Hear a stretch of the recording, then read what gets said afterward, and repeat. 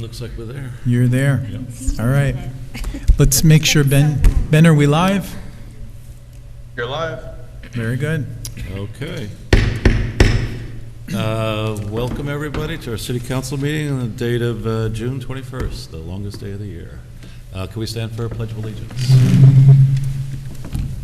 Pledge of Allegiance. To the flag of the United States of America, to the republic for which it stands, one nation, under God, indivisible, with liberty and justice for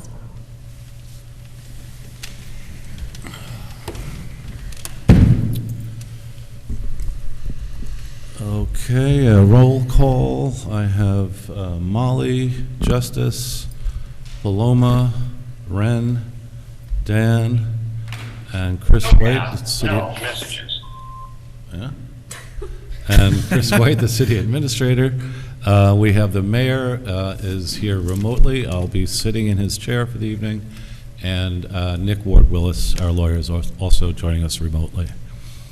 The first order of business is we would like to recognize a longtime employee of the city of Beacon who we will sadly miss.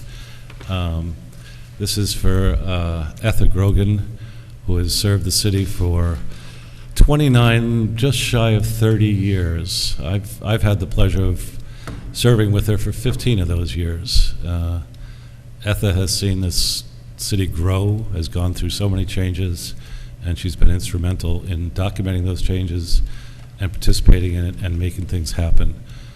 She was the kind of wizard behind the curtain, and she will be sorely, sorely missed. And I say that from my heart, because it was always a pleasure to work with you, and I'm sure others can share those same experiences. But we really appreciate all the years you've put into this community, and it shows because of your service. So thank you, Etha. We'd like to present you with this beautiful certificate of appreciation.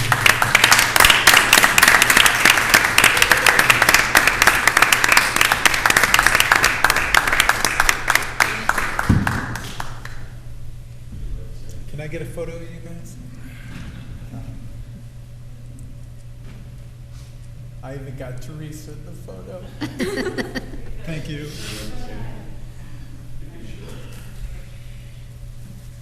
Just like to thank everyone for my years being here. It's not often you start a job and end a job in one place. So I've been fortunate to do that and see the changes that the city has gone through. It's been very rewarding. I liked everybody I worked with, and we'll miss that part of my life. Not going to miss the future, but we'll miss a little bit of that. Maybe not the late night meetings, but. How many hours of meetings do you think you? Oh my gosh! There was like a time when I said, I'm just going to start counting meetings and see how many I have left. Like when I was 6 years out or 5 years out, and I was like, oh, that's overwhelming. I have like 60 meetings left or something, and I couldn't even count the hours, but they were all good, and I met a lot of great people and learned a lot. That's one thing my person who's took my job, I said, you're going to learn something every week. You always learn something here, so. But it's been a pleasure. Thank you very much. Thank you very much, Thank you, Etha. Etha. We really appreciate your service. I just want to personally say thanks. So I think I've known you the longest of at least anyone on the elected chairs up there, but thank you. And then we have Dennis Pavlak. Yeah. Next would be Dennis Pavlak, who'll be giving us some information regarding the 4th of July community event. Dennis? How do I top the retirement? Wow, I don't know how I've got to top that. I don't know. First, let me just say I'd like to thank the mayor for the previous 2 years of stepping in and reading this document, for helping out 2 years. We went back to the sign-up list this year. I have my readers for this year, and anybody wishes to read this document, you're going to have to find me and get a hold of me somehow if you're interested in reading it as of next year and the years out from there. We are in our 12th year of reading this document. Why did I start doing this, reading this document? Well, at the time, and I believe it's still exists today, that communities are getting away from traditions, and I believe we need to get back to that. Notice I said I didn't think we need to get back to this. I know we believe we have to get back to this.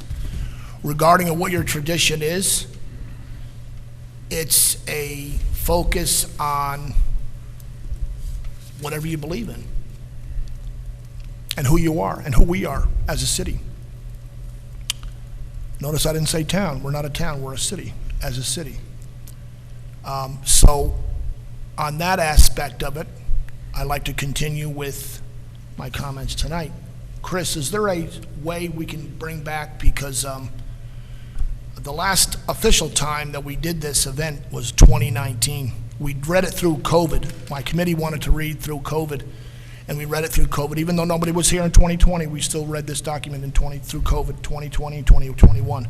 Hey, Dennis, Can I not get- to interrupt you, but could you just clearly state what the ceremony is that you're talking about, because some people are unfamiliar. Okay. This is the reading of the Declaration of Independence at City Hall. I started this in 2011. Let me go. I want to be corrected. Let me go back and state our committee members. Myself as the chairperson, Ann Thomas, Claire Lou Gould, Kenya Gadsden. That's our committee members. So, getting back to my other comment, I like to say is I like to have the light up sign from the police department over there by the dog park.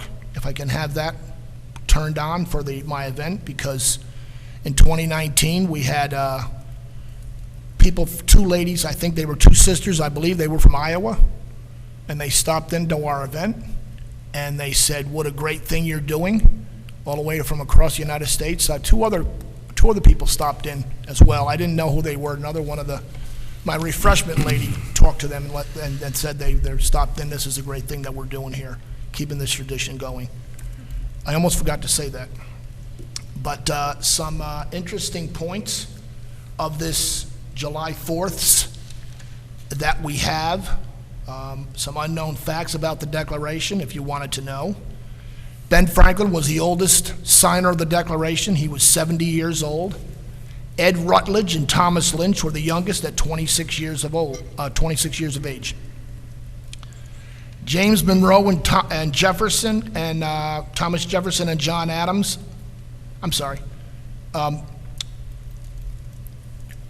Thomas Jefferson and John Adams both died on July 4th, separate years.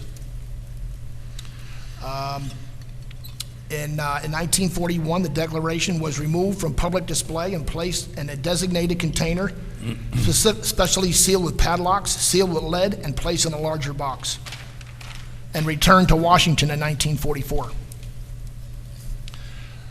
Now, some people collect signatures of the Declaration, of the Declaration, and the rarest signature we on record is his name is Button Gwinnett. He was a former governor of the state of Georgia. His name was Button Gwinnett.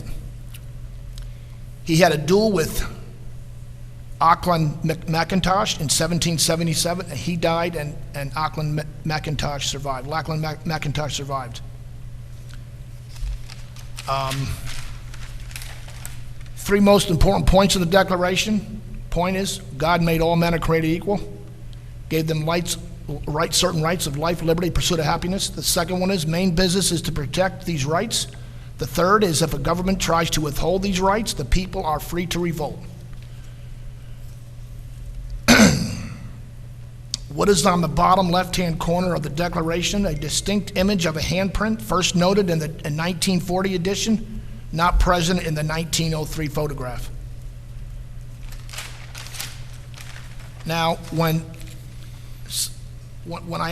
someone asks me if they want to read the Declaration, I ask them, well, go over it a few times, read it a few times, because there's words in there that we don't use in the American language today, such as despotism, usurpations, and magnanimity.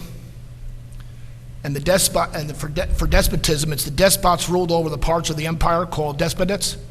The Declaration of Independence accused King George III of a long trend of abuses and usurpations, pursuing invariably the same object, evincing a design to reduce the people under absolute despotism. usurpations, to seize or exercise authority over possessions wrongfully. Magnanimity is the virtue of being great of mind and heart, and to encompass usually a refusal to be petty, a willingness to face danger and actions for noble purposes. So when I first read it the first year, someone said to me, "Dennis, did you look at this document?" I said, "No, I'm just going to go and read it." He said, "Well, you better look at it and read it, because there's words in there that you're going to fumble on." So I know I took enough time. Could you wrap up your remarks, please? Yes, I will. Thank you very much. Oh, great one from behind the curtain. Dennis, could you remind people who are tuning in, what are you doing and when are you doing it? So Absolutely. when is this event that you're doing? How can people participate? This event is going to be July 4th, 11 o'clock in the morning, right here. So everybody is welcome to come. We have refreshments this year. We have for the young lads that want to come, younger youth that have younger kids, we have a gumball guessing jug. Guess the gumballs, win a jug of gumballs. We do it every year. So hope to see everybody here on council there to stop by. Hope to see you there. And we'll see you July 4th. Thank you.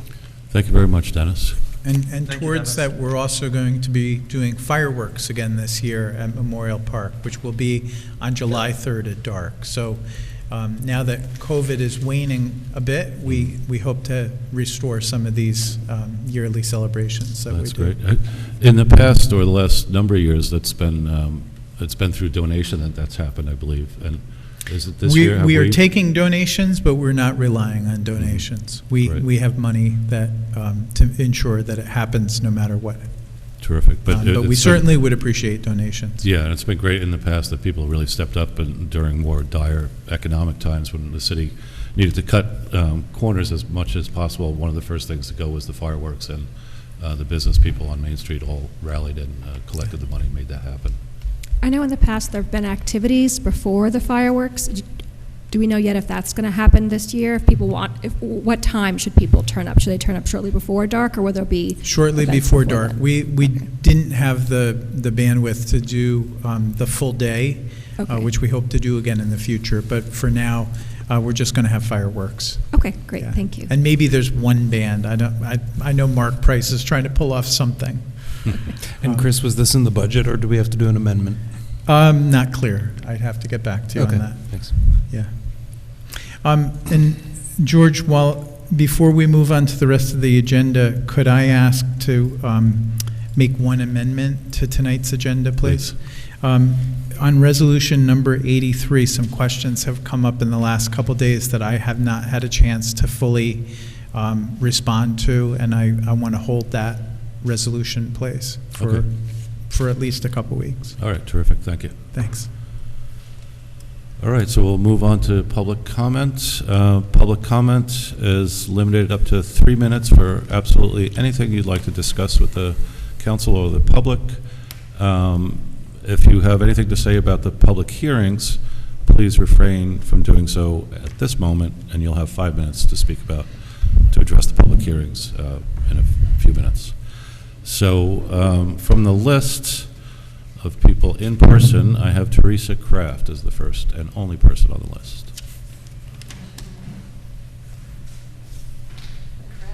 Crowds. Sorry. I just, like a lot of people, I worry about a lot of things in Beacon. At almost the same time, the city is going to lose its wonderful Fire Chief Van Buren to retirement, and the Building Inspector Buckley also to retirement.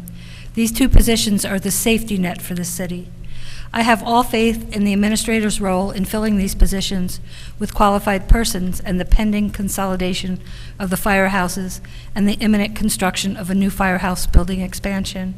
But in reading last week's agenda packet and listening to the workshop, I believe the city should be setting a cap on the amount the city invests in the proposed paid consultant and not add to the golden parachute. Thank you. Thanks, Teresa. So that's the only person that's signed up in person. Ben, is there anyone online that wants to speak during the public comment? If you're on Zoom and you'd like to speak, please push the raise hand option. And so far, we do have one on Zoom. If you are using the phone and you would like to, you'll need to push *9. If you're watching on YouTube, you'll need to join the Zoom by visiting beaconny.gov. So far, we have one Zoom speaker with a hand raised. That's Michael. Hi, this is Michal Mart. I just wanted to reiterate all the thanks to Etha for the great job that she has been doing for us. Her notes from meetings are amazing and really help a lot of people, and I wish you good luck in the future. Thank you, Michal. Anyone else, Ben? That's it There are online. no further Zoom speakers at this time. Okay, thank you.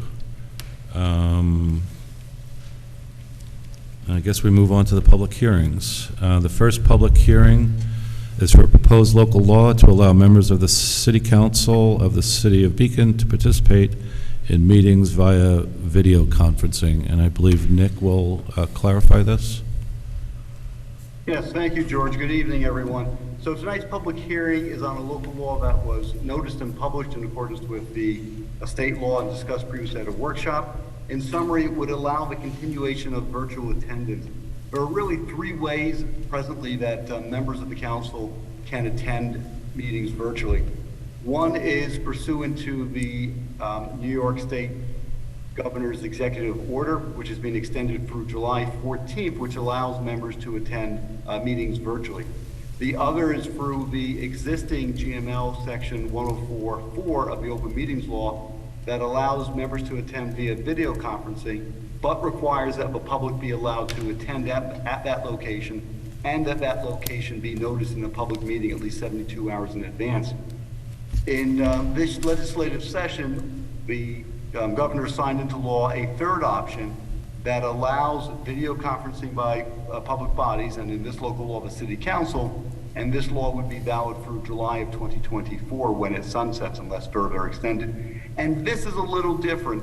In this local law, a member of the council is allowed to attend virtually so long as A, it's not a majority of the council members. A majority of the council members must meet in person at a physical location where the public can attend.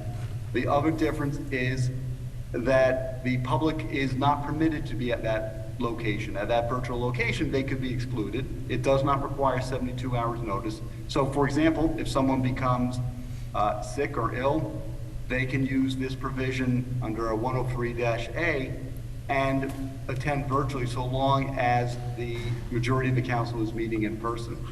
The other point to note is that to take advantage of this new 103-A provision, it needs to be for extraordinary circumstances. So in the agenda packet is a policy that would be adopted by the council as well that requires members to satisfy one of the criteria, which is the extraordinary circumstance: disability, illness, health concerns, caregiving responsibilities, business trips, or other significant or unexpected factor or event which precludes the member's physical attendance at such meeting. Additionally, this provision of the law, if adopted by the council, would not take effect until the governor's executive order expires. Presently, it's being extended through July 14th. So, George, that is an overview of the local law that is before the council for tonight's public hearing. Okay, thanks, Nick. Is there anybody in the public, at first in person and then online, that would like to speak regarding this resolution, this proposed law?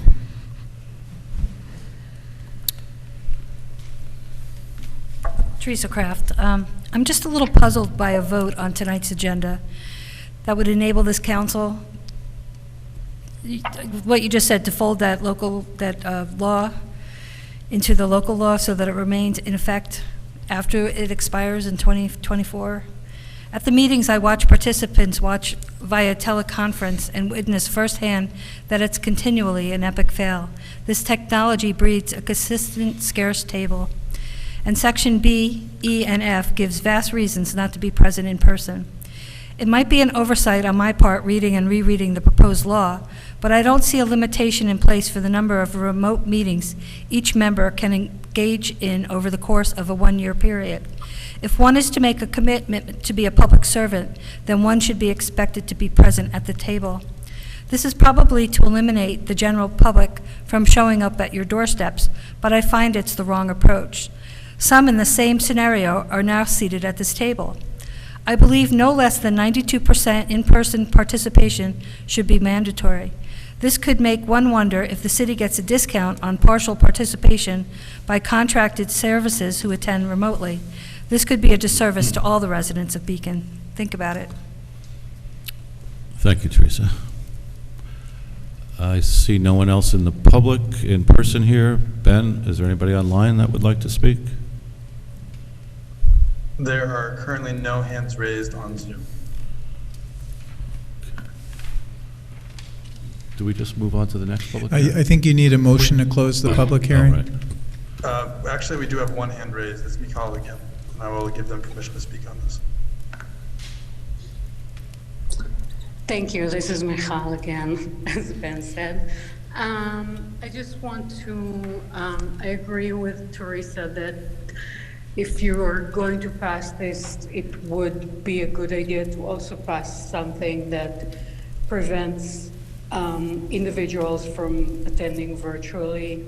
I do really appreciate the ability to attend virtually. Like, I'm a single mom, I have work, other things going on, so just being able to like pop in virtually does make sense, and I think that it should be available to council members and mayor as well, but it shouldn't be the default option. And furthermore, I also think that she asked about our service providers, and I do see that the law firm is often virtual these days. So I think that a clarification on the status of that would be useful. Thank you so much. Thank you, Michal. Not hearing of anybody else. Could I have No further speakers. Could I have a motion to close the public hearing? A motion to close the public hearing for this video conferencing policy? And a second? Second. Okay, motion by Molly, second by Ren.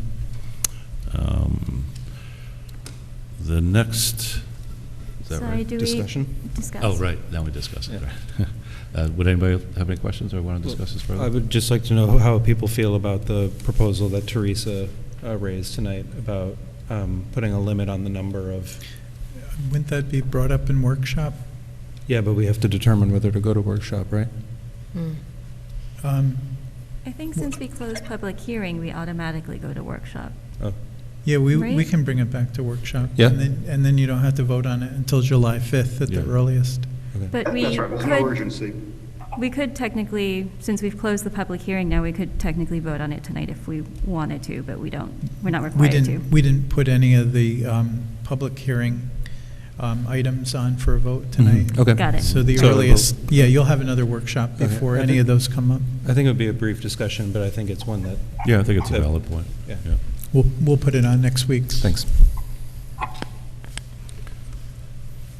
Okay, the next public hearing is for a draft local law to amend Chapter 219, Article 4, Article 7, Article 8, and Article 10 of the Code of the City of Beacon concerning water services. Nick and Chris will discuss this. Nick is going to take this Nick, one. thank you. Thank you. So the public hearing is really in light of the fact that the city will be updating and installing new water meters that are the smart meters that are able to be read with a cloud-based network system. And this is being discussed by the water superintendent at a prior workshop where he explained the meters and the benefits of that and how the customers will be able to access information also in real time. And so the law has been updated with respect to making sure that the residents are required to provide access for the installation of these new meters, and that if they fail to do so, there are consequences to doing that in terms of financial penalties to encourage them to allow access. The new meters are beneficial not just for the consumers, but also for water conservation, so it's important that they be replaced. And of course, the law does provide for notice. It's not just on the first time. There's a whole process set forth by which there will be notice sent out before these fines are installed. It's really just a matter of making sure that we have that ability to get into someone's property should there not be that initial cooperation. There's also some language being removed that is no longer valid from the statute. And additionally, for example, in section 219-19, it strengthened the language regarding tampering with meters to make it clear that if someone were to do unauthorized repairs or tampering with the meters so that it's not read, that there are consequences for that. There's also been questions from people at time, customers, with respect to having their meter tested. Perhaps I think it's not reading correctly. The law is being modified to include that as well. And then in section 219-27, there's language regarding the process to be followed for termination of water services and how that notice would be served and the content of it if someone's water is going to be cut off. That is basically an overview of the law. Okay, thanks, Nick. And George, if I could, I'd just add that this is in anticipation of starting the water meter replacement program, which will be bringing a contract to you probably in the next month to 2 months, along with a presentation of what that offers us. And literally we could avoid, we had somebody whose pipes burst over the winter, and we didn't know for many days, and a lot of water went through, there was a lot of damage. This type of system has triggers and alarms that would show that in real time. So we would have a report in the morning showing, a large spike in usage. So we hope to bring that contract to you over the summer. This sets the groundwork for doing that because we do need access to get into the homes to replace the meters. Mm-hmm. I forget, are we actually replacing the whole brass meter, or is it just the remote reader part of it? It depends on the house. Some of them have already been upgraded partially. Most of them will be the entire meter. Mm-hmm. And that's at no cost to the taxpayer? That's correct. Right. So this is something that was authorized in the capital program in 2020 or 2021. Mm-hmm. Great. Okay, is there anyone here that would like to speak regarding this draft local law? You just should stay up there. I should stay. Teresa Kraft. I understand the ease and access for the city to go entirely remote with these smart readers, but this is a fine line to Big Brother. But then again, I'm all about water conservation, so I agree that this will move forward. Thank you. Thanks, Teresa. Ben, is there anyone online that would like to address this? There are no hands raised on Zoom at this time. Okay.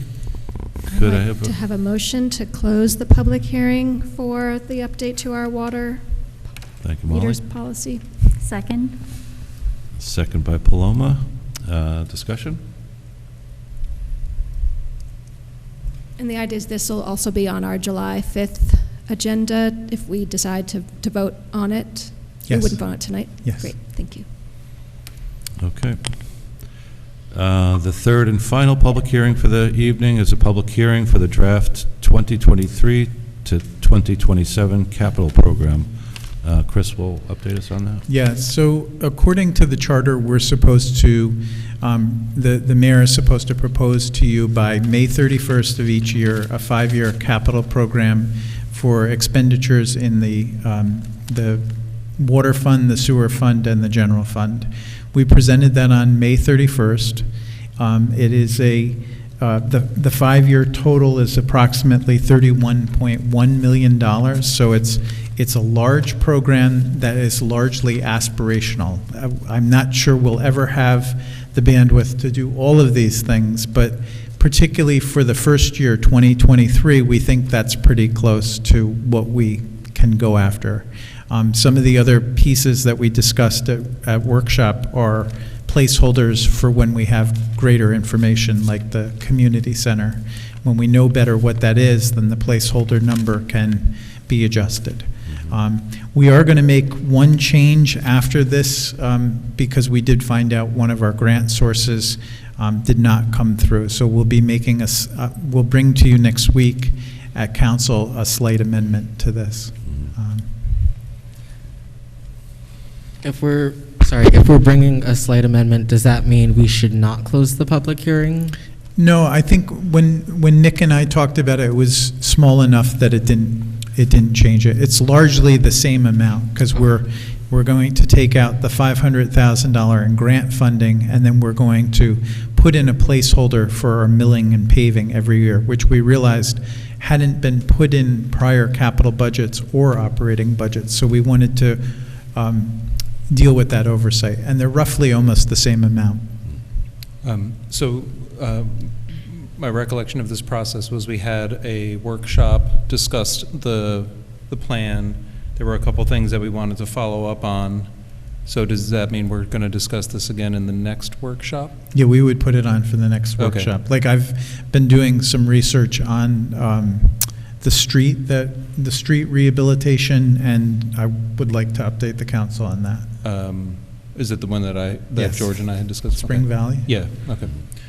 I had a couple other things. Should I just shoot them to you in an email between now and the next workshop? Sure. Okay, thanks. Yeah. They're things that we mentioned before, not new Okay. things. Yeah, that'd be great.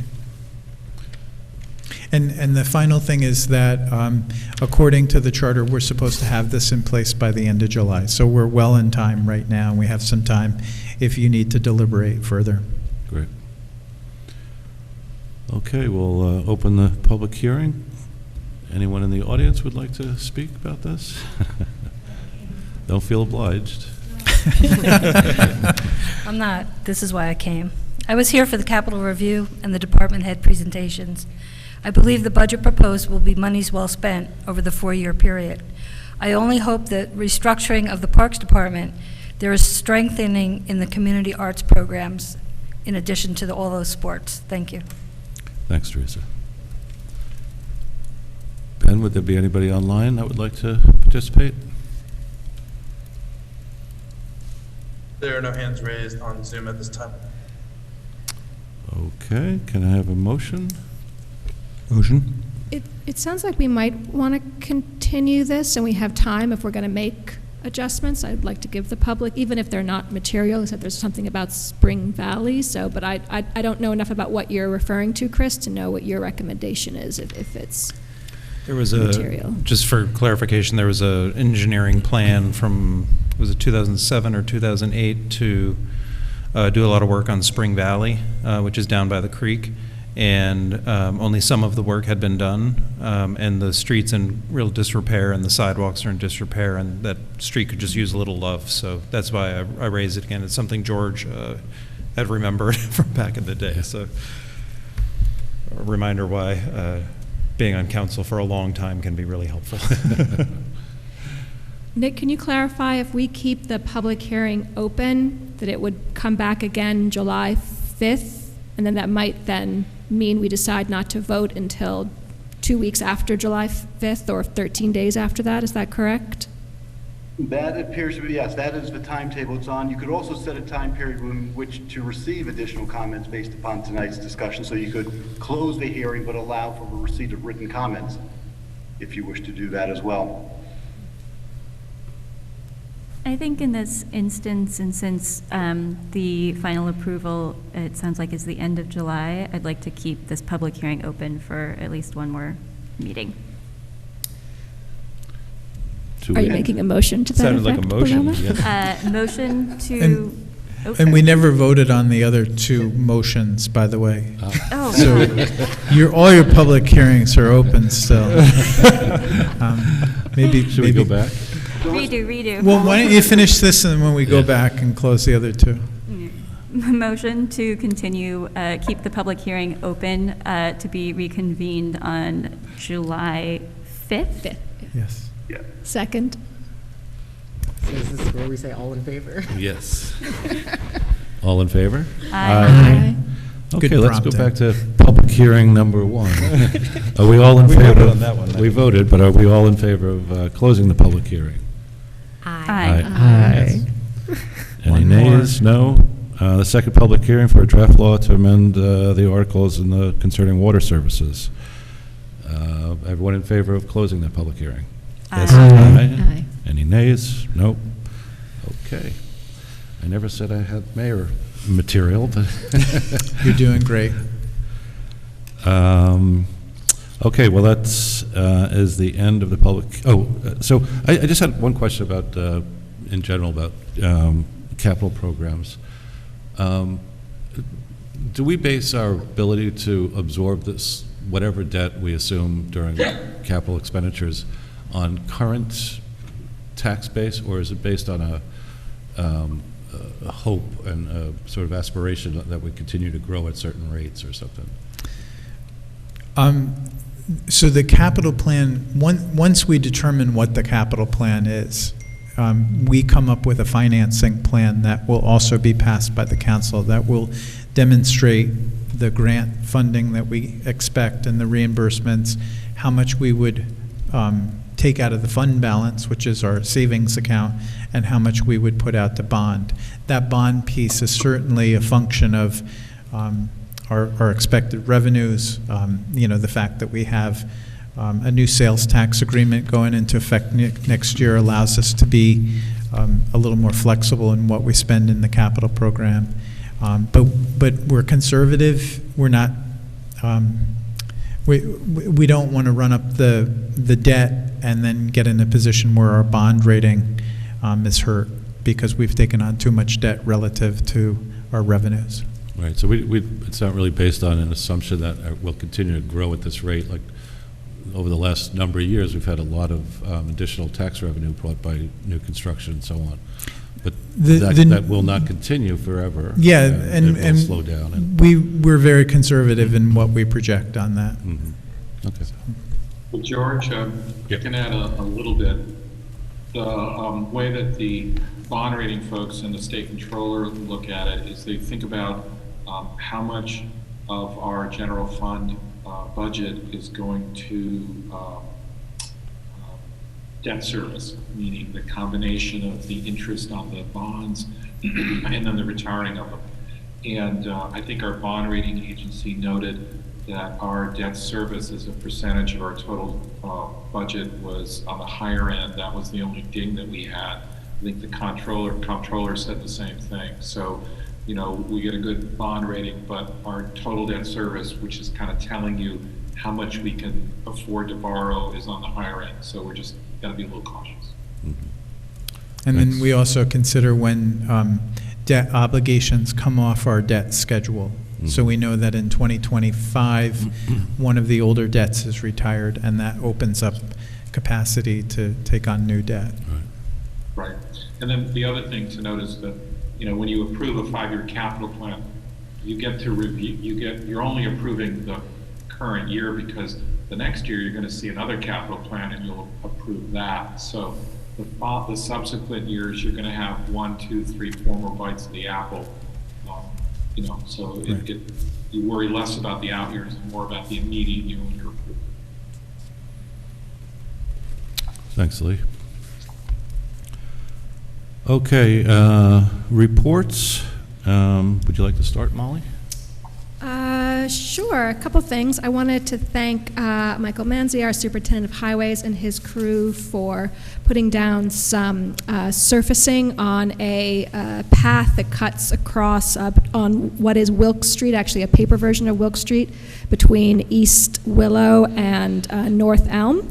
And it makes it more accessible to other people who use that path, which includes students for the high school and middle school and other people looking to access Memorial Park.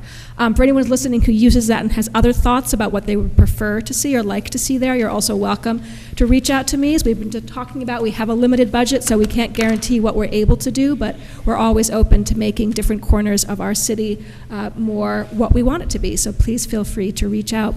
The other thing, I just want to acknowledge all the great events that have been happening around Beacon. There were a couple great ones this weekend that some of my fellow city council members might speak to as well. There was the Strawberry Festival last weekend, Beacon Pride this weekend, along with Beacon for Black Lives held a Juneteenth event, and lots of others that I'm sure I don't even know about. Those are just the ones that I was able to attend, and I think it's just great to see all our community. It also sounds like we have a number of volunteers who step forward for Spirit of Beacon Day, and that's also great to hear about as well. And so I just want to really commend everyone in Beacon who's made these events possible. As far as I know, they're all led by volunteers, and so it's great to see the community stepping up. So thank you. Pass it to you, Justice. Thank you. I'll keep it brief this time. I want to say Happy Pride Month to everybody, and thank you to everybody that showed up and came out to Beacon Pride this weekend, as well as Beacon for Black Lives Juneteenth. This, as Molly said, it was a fun weekend with a lot of events that have happened. And I also would like to remind everybody that early voting for the primaries for governor have begun June 18th through 26th. If you live in Ward 2, you can vote at the Lewis Tompkins Firehouse. And the voting day for the primaries is June 28th. Last but not least, I would like to invite everybody to sign up for my newsletter, and it's very infrequent, I promise. But you could also, I'm going to share this link. It's linktr.ee/Justice McCrae. If you type that into your browser, you can sign up for my newsletter, read past newsletters, and you can also schedule calls with me or look at my Goodreads, But that is all I have for today. Thank you. I'm going to repeat basically what Molly said in terms of we got a letter from Gwen O'James, the current chairperson of the Spirit of Beacon Day, but she assures us that with her presentation last week that she's had an outpouring of support, and it's just great that the Spirit of Beacon, the day will live on, and obviously the Spirit of Beacon is alive with a lot of people. Because we have a new chairperson and a lot of new volunteers. So thank you all for stepping up and making this happen, and a great tradition will continue. Thanks. I will say ditto to everything that was said before me, and add one reminder that the Human Rights Commission's community pledge is still ongoing and can be accessed at bit.ly/HRC pledge. I also had a great time at the Pride event, and thanks to all the volunteers and donors who made that happen. That's it from me. Thanks, y'all. All right, everybody covered going last is easy, right? So I brought some other things. A few months ago, I had inquired about ways that we can regulate leaf blowers and the noise that they make, the noise and dust pollution that they create. Leaf blowers clock in at 115 decibels at a high-pitched whine, and they sometimes go for hours. And the noise level from leaf blowers goes above the harmful level for humans. It also goes above the human pain threshold. So I had actually discussed this with Nick a little bit online about what our avenues are, and we can do regulations on leaf blowers based on everything but their effect on climate, because I was raising the topic of small gasoline engines, which are 5% of our climate emissions in the United States.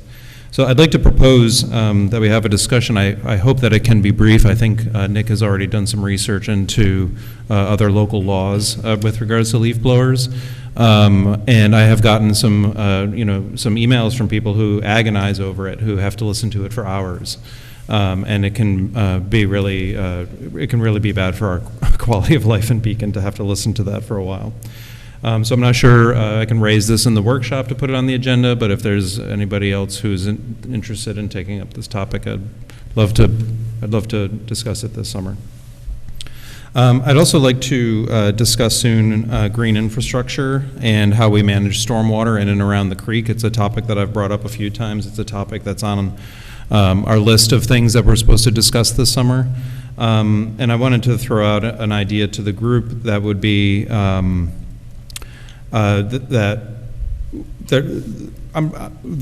idea of bringing this up is to get us up to the most recent recommendations by New York State with regards to protecting creeks and wetlands, and that is all in writing.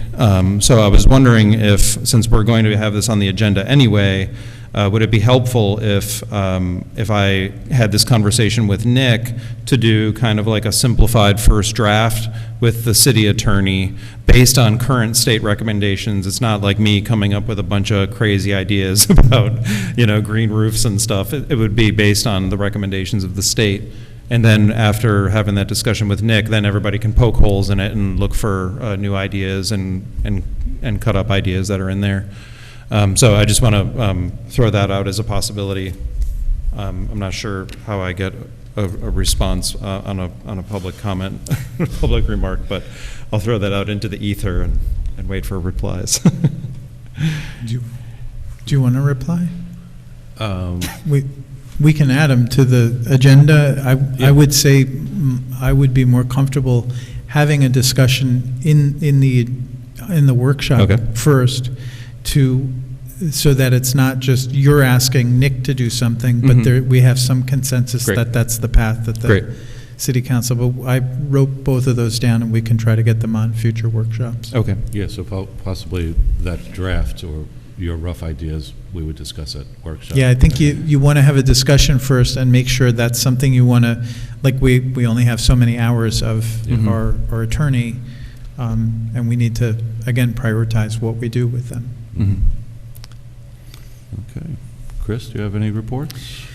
Yeah, I would just say we're in our construction and project season, so you will see if you're up by Mountain Avenue and Pocket Road that we are starting work on the Pocket Dam. We are going to try to get that done this year and then turn towards the Mount Beacon Dam next year. We've also begun work on the primary settling tanks down at the wastewater treatment plant, and we are trying to close out the bump out project. Some of you may have noticed that some of the sections of concrete didn't take very well. They must have been poured under a heat condition or something so we're going to be, the contractors coming back to repair those and also fix the sidewalk and the light at South Avenue and Walcott. So those we hope will be done by the 4th of July, and that project will be closed out. We have out to bid the South Avenue sidewalks that we talked about doing from Walcott up to West Center Street, and we also have out Hannah Lane and Fishkill Avenue sewer improvements that are the groundwork, literally, for the Fishkill Avenue, Teller Avenue project that we hope to bid later in the year. So I just wanted to give a quick update that those are all moving forward, and I would be remiss not to thank Etha Grogan for her more than 29 years. She was here when I was on City Council in the 1990s, and she's incredible. And I think I took Lee's spot, so I think the mayor has a report too. Well, I think Etha must have started when she was 15. It's hard to believe that she's been here for 30 years. She was an incredible resource.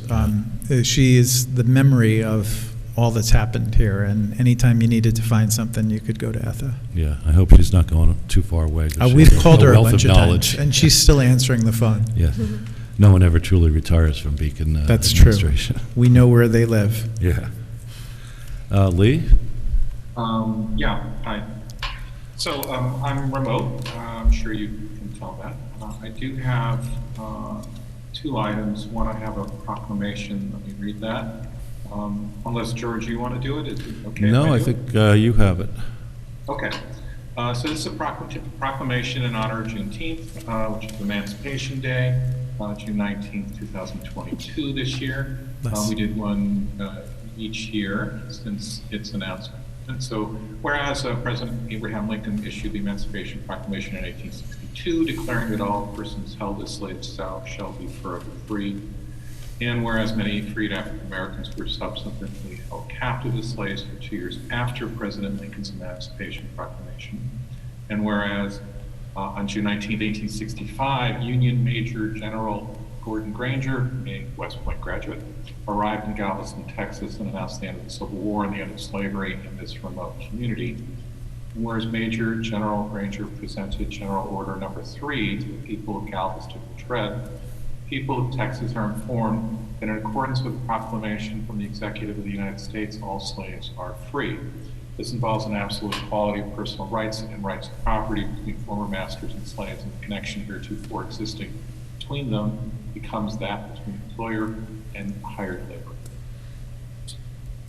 And then, whereas in addition to a celebration of freedom, Juneteenth also promotes awareness of past and continuing racial inequality and bias in the United States and supports efforts to realize equality more than a century and a half after President Lincoln's Emancipation Proclamation. Now, therefore, be it resolved that I, Mayor Lee Kiriakou, do hereby proclaim June 19, 2022 to be Juneteenth in the city of Beacon, and I invite our community to reflect on ways we can support one another and strive towards greater equality and a more perfect community. Signed and dated. So thank you for that. I note that that the city administrator, in negotiating our agreement with our unions, added June 19th as a municipal holiday without further bargaining, and I have a lot of respect for that, and I hope people enjoy that day off. The only other thing I would add is that while I appreciate the magnanimity of George Mansfield in serving in my stead, I note that if his usurpation of the gavel continues until July 4th, that I will feel obliged to reflect upon the despotism in our community as well as that at the Declaration. I don't understand what you're saying, I Lee, think but we need a I point think of I'll take that as a order compliment.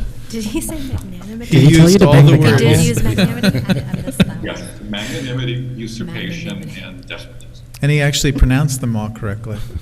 Usurper. And thank you, Dennis. You should see him try to compost, though.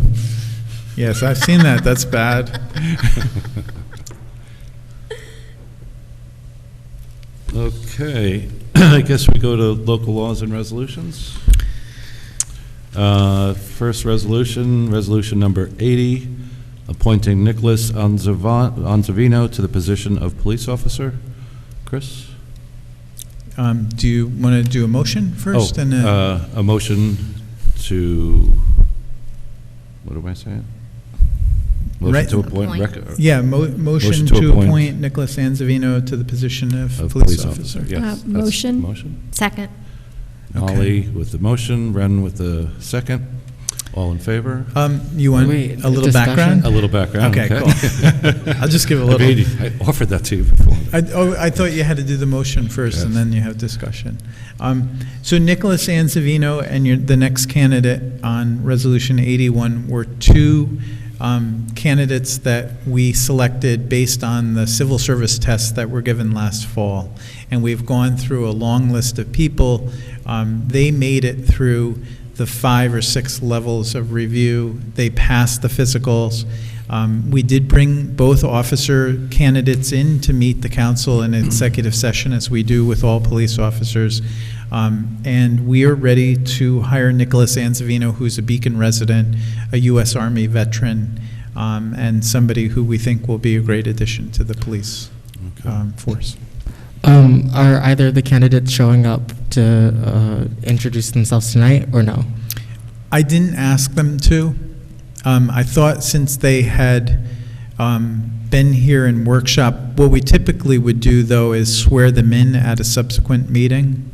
And we didn't know the start date for the second candidate because we were waiting on the result of one last test that came in well today. So I would have had them here, but I didn't arrange it within enough time.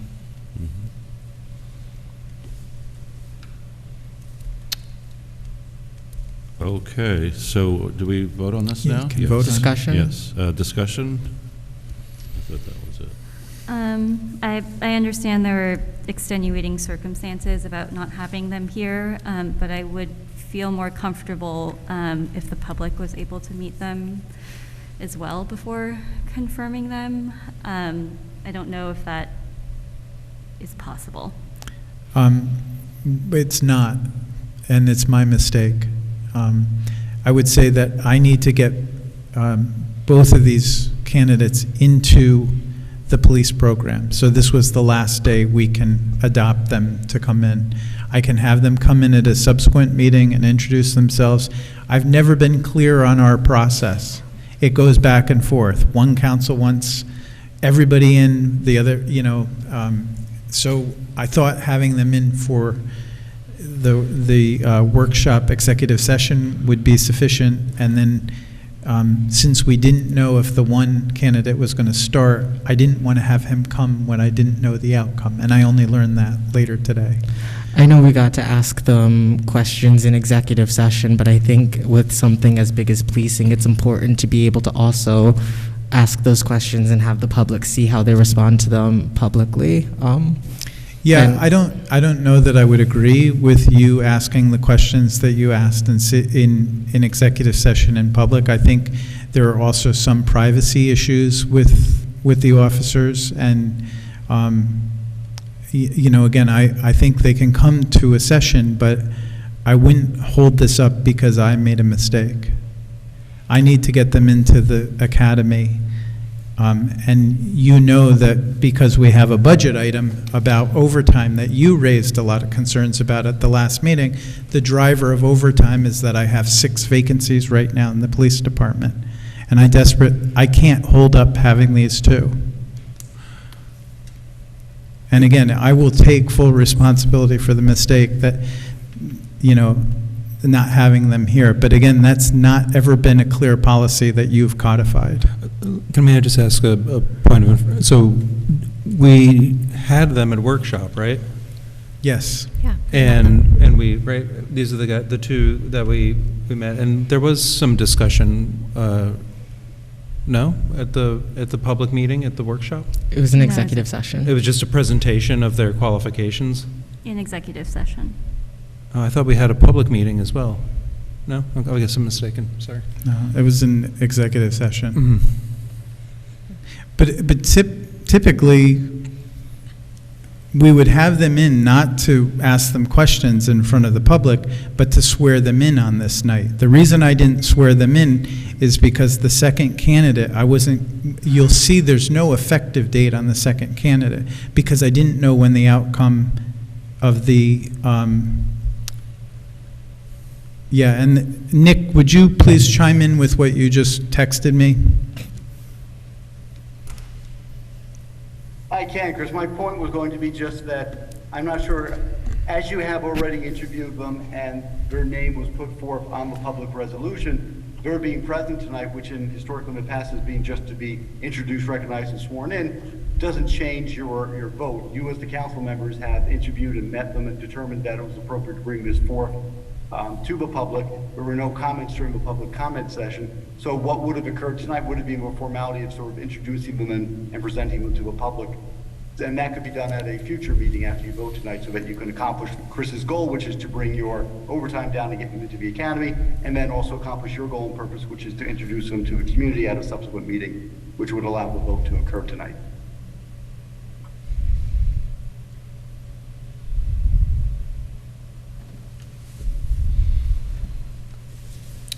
Any further discussion?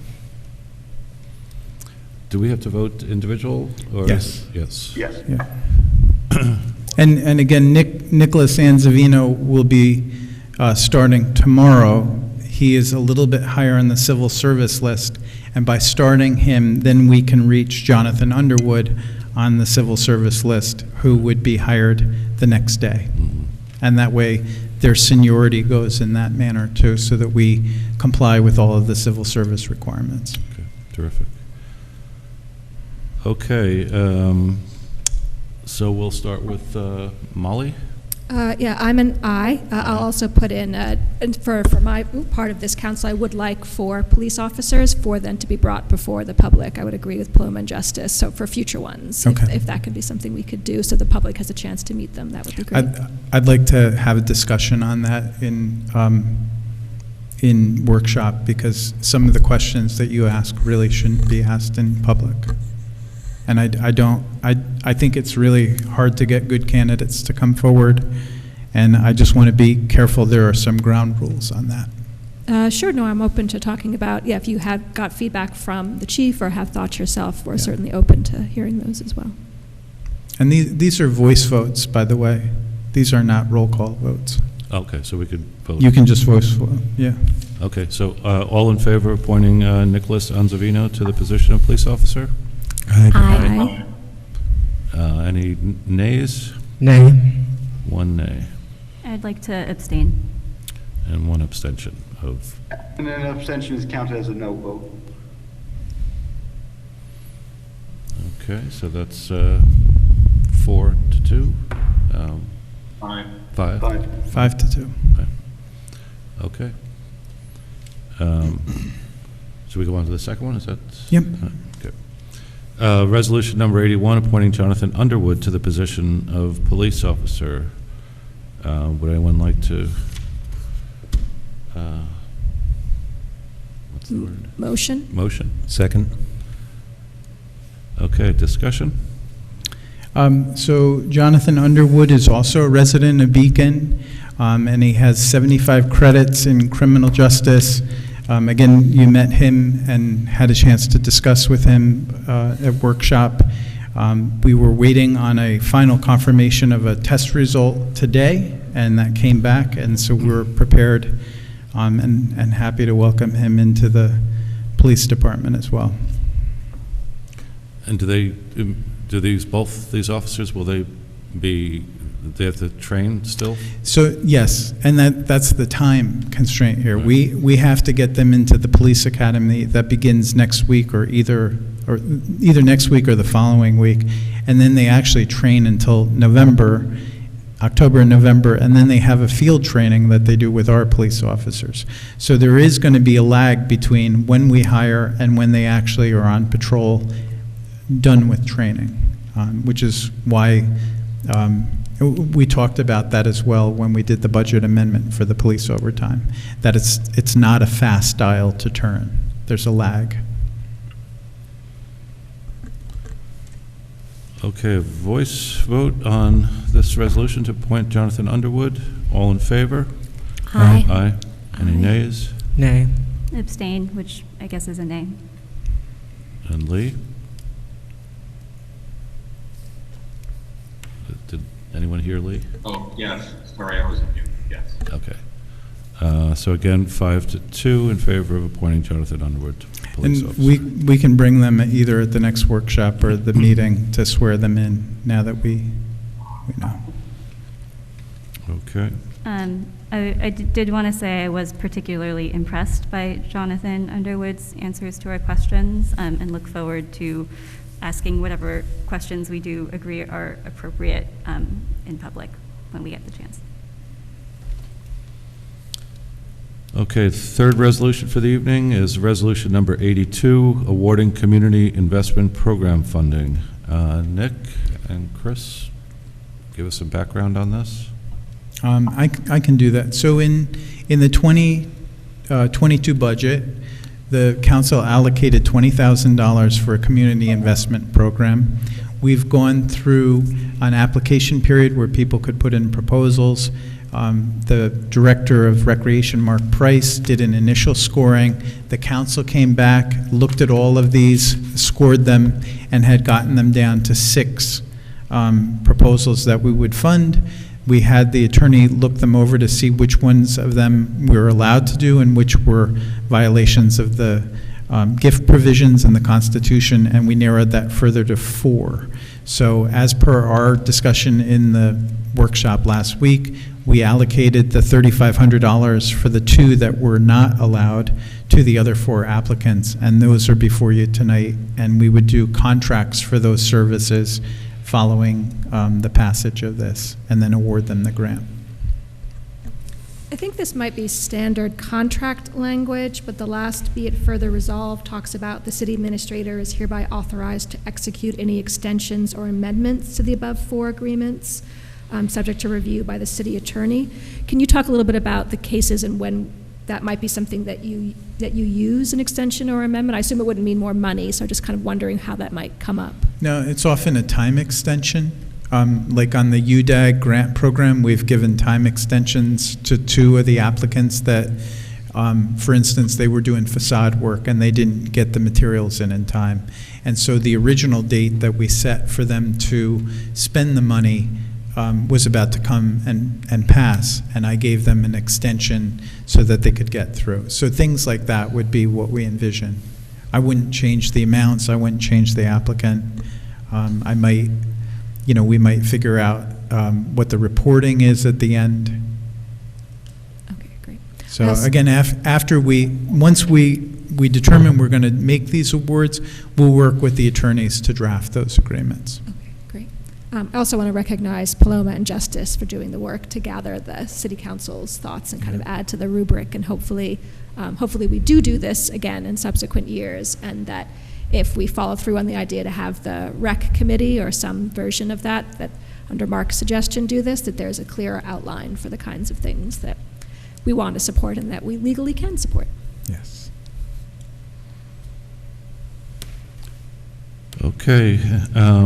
Can we have a motion to award the Community Investment Program funding?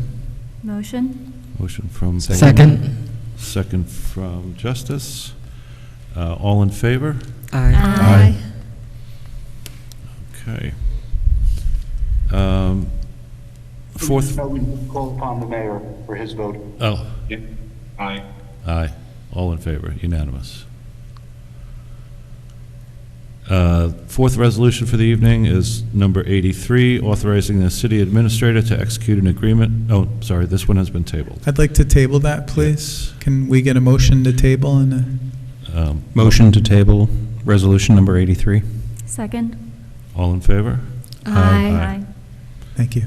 So we'll revisit that at some Yes. point in the future. I have a little bit more work to do. Great. Thank you. The fifth resolution, number 84, authorizing the city administrator to execute an agreement with WSP USA for construction inspection services for the Mount Beacon and Pocket Dam rehabilitation projects. Chris?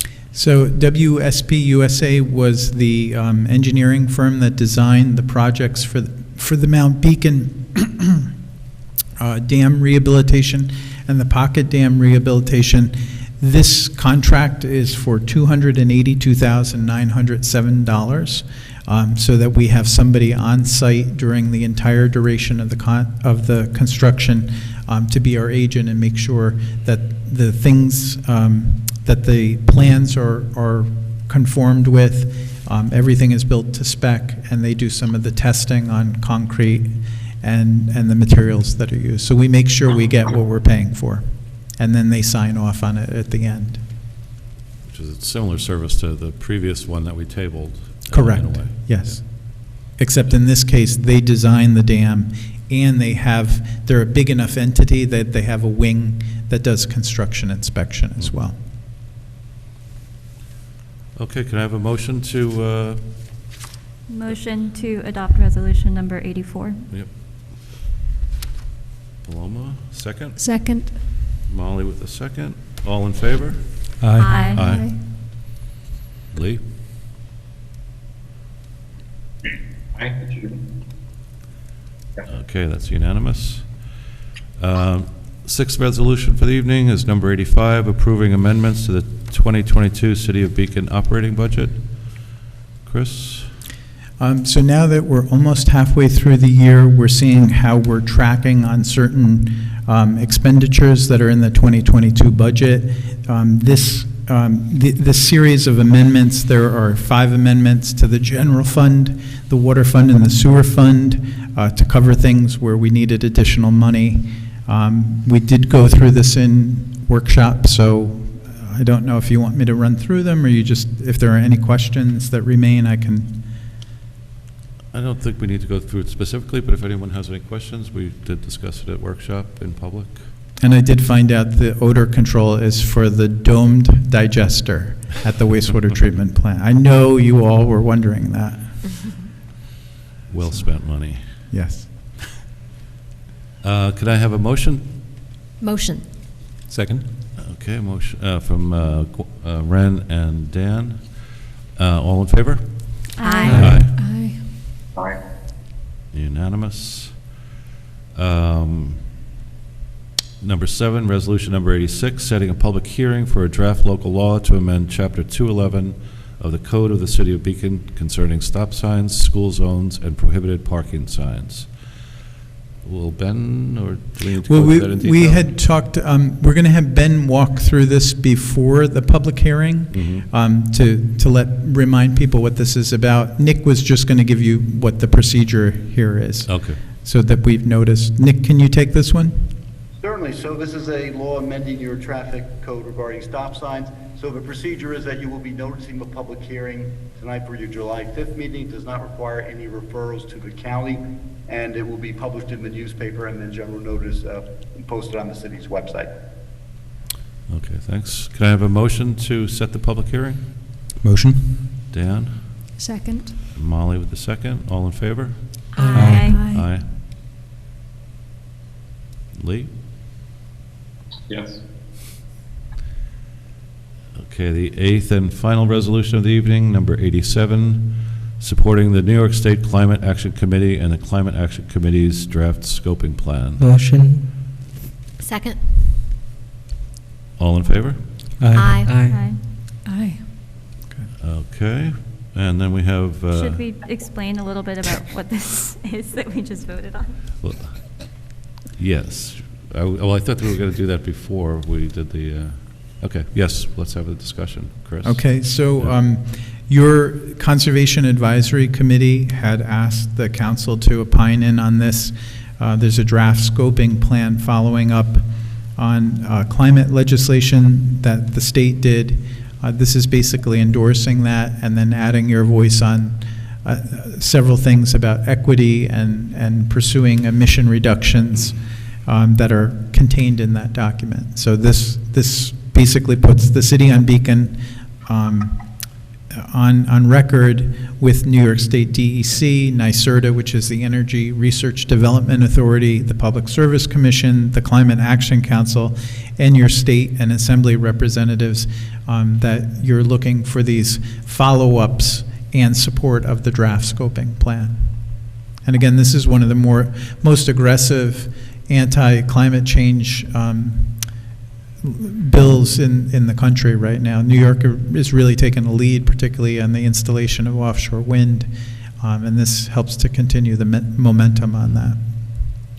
And we did put in, at your request, a whereas about the city recognizing the threat of climate change and also making local policy decisions to either meet or exceed those guidelines. And I know we're missing a bold, which we'll fix. A what? A bold, whereas should be bolded. I just noticed. Okay, so we voted on that, right? Yeah, Yes, and then right. we'll forward that to all of the appropriate policymakers. Great. Thanks, Chris. Okay, approval of minutes of June 6, 2022. Motion. Motion. Do we have a second? Second. Any issues? I just wanted to note that we did get a written public comment to be included in these meetings, but are having a discussion about that process at a later date, which is why they're not included here. Okay, all in favor? Aye. Aye. Aye. Aye. Lee? Yep, aye. Okay, okay, we have the second opportunity for public comment about anything.